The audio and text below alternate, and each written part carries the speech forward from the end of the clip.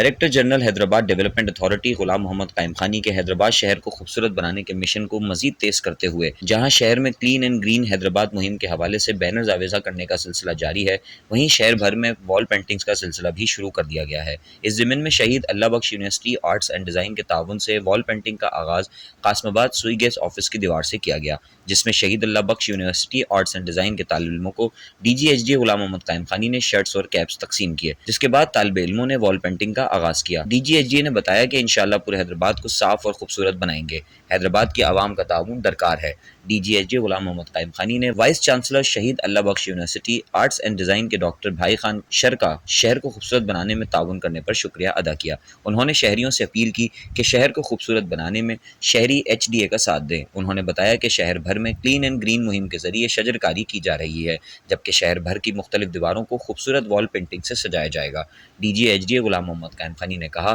کہ مذکورہ مہم میں ہر کوئی حصہ لے اور ہر شہری اس مہم کا لیڈر ہے۔